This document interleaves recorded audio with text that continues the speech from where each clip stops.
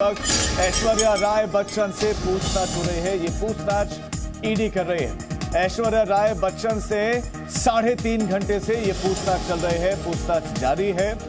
दिल्ली के जामनगर हाउस में इस वक्त ऐश्वर्या राय बच्चन मौजूद है। उनसे ईडी पूछताछ कर रही है और पूछताछ का जो सिलसिला शुरू हुआ अब बढ़ते बढ़ते 3.5 घंटे तक पहुंच गया है और ये पूछताछ अभी चल रही है। पनामा पेपर लीक मामले में ईडी की ऐश्वर्या से ये पूछताछ चल रही है। दिल्ली के जामनगर हाउस में पूछताछ चल रही है। पहले भी समन भेजे गए थे लेकिन 2 बार उसको स्थगित करने की अपील की गई थी ऐश्वर्या की तरफ से, लेकिन अब ऐश्वर्या आई हैं और पूछताछ का हिस्सा है। जो सवाल उनके सामने रखे जा रहे हैं उन सवालों का जवाब वो दे रही होंगी। ये बड़ी खबर इस वक्त आपको दे दें, दिल्ली में पूछताछ चल रही है और पूछताछ को 3.5 घंटे हो चले हैं।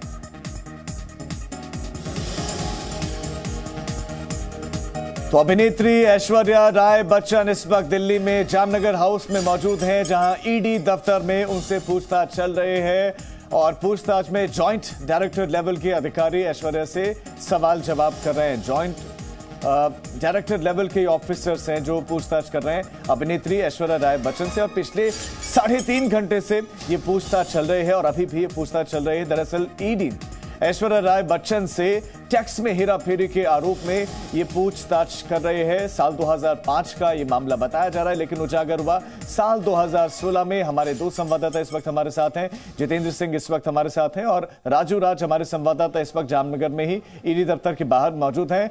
राजू, 3.5 घंटे से ज्यादा का ये वक्त हो चला है, कब तक ये पूछताछ खत्म हो सकती है और क्या क्या सवाल रखे गए? क्या भीतर से कोई सोर्सेज से जानकारी मिली?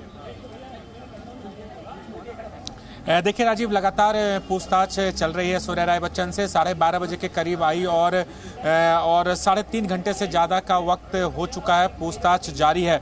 जॉइंट लेवल रैंक के अधिकारी वो ऐश्वर्या राय बच्चन से पूछताछ करें, चूँकि ईडी के अंदर उन्हें अपना स्टेटमेंट रिकॉर्ड कराना होता है। ये भी जानकारी मिली कि कुछ अहम दस्तावेज लेकर पहुंची थी जिसे उन्हें लाने के लिए कहा गया, तो तमाम दस्तावेज ईडी के अधिकारियों के सामने सौंपा गया था। इससे पहले अभिषेक बच्चन से भी 1 महीने करीब पूछताछ की गई थी और उन्होंने भी कुछ अपना स्टेटमेंट दिया था और महत्वपूर्ण दस्तावेज ईडी के अधिकारियों को दिया था।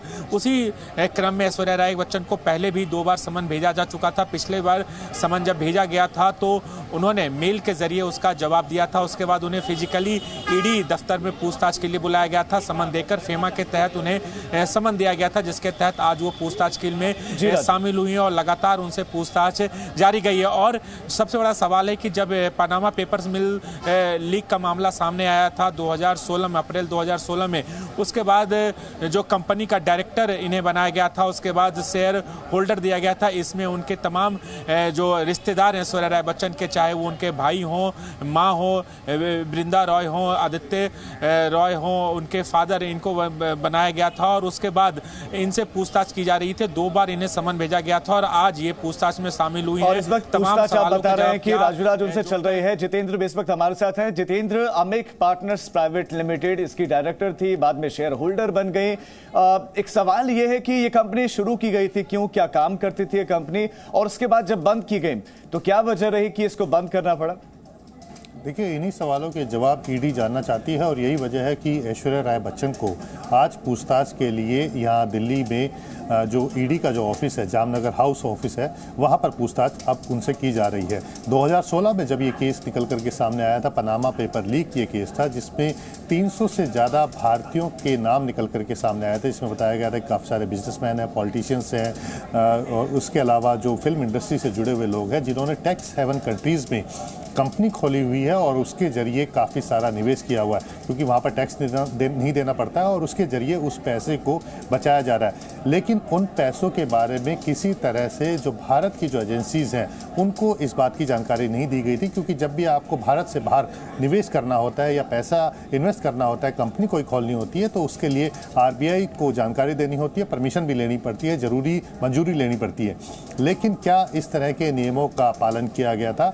ये सब सवाल जो हैं अब ईडी ऐश्वर्या राय बच्चन से पूछ रही है। जो जानकारी मिली है उसके मुताबिक काफ़ी सारे जो एविडेंसेस हैं वो ऐश्वर्या राय बच्चन लेकर के आई है, जो वहाँ पर जांच एजेंसियों को दिए गए हैं। क्योंकि जब 2016 में ये मामला खुला था, उसके बाद गवर्नमेंट ने, भारत सरकार ने एक मल्टी एजेंसी ग्रुप MAG बना दिया था, जिसमें ईडी, RBI, CBDT और FIU, ये 4 एजेंसीज थी जो इन मामलों की जांच कर रही थी। ईडी ने 2017 में ये मामला दर्ज किया था फेमा के तहत, जिसके बाद ये जानकारी निकल कर के सामने आई थी कि 2005 में ऐश्वर्या राय ने ब्रिटिश वर्जिन आइलैंड के अंदर ये कंपनी खोली थी, जिसे 2008 में बंद कर दिया गया था। जो पैसे उसमें निवेश किए गए थे, जो फैमिली ट्रस्ट के नाम से ये जो कंपनी थी, उन पैसों का क्या किया गया, क्या उन्हें वापस भारत लाया गया, किसी और देश में रूट किया गया, तो जो कंपनी खोलने का मकसद क्या था, तो जो तमाम जानकारी है उसके बारे में उसके हिसाब किताब देंगे। लेकिन जितेंद्र, आप ये भी बताएं, क्योंकि और भी नाम थे जब ये पेपर सामने आए, और नामों पर क्या उनसे भी पूछताछ हुई है इस मामले में, या अब होगी आने वाले में? दूसरा सवाल ये है कि ऐश्वर्या राय बच्चन क्या अब से पहले, जब से मामला सामने आया 2016 से, उनका स्टैंड क्या रहा है इस पर?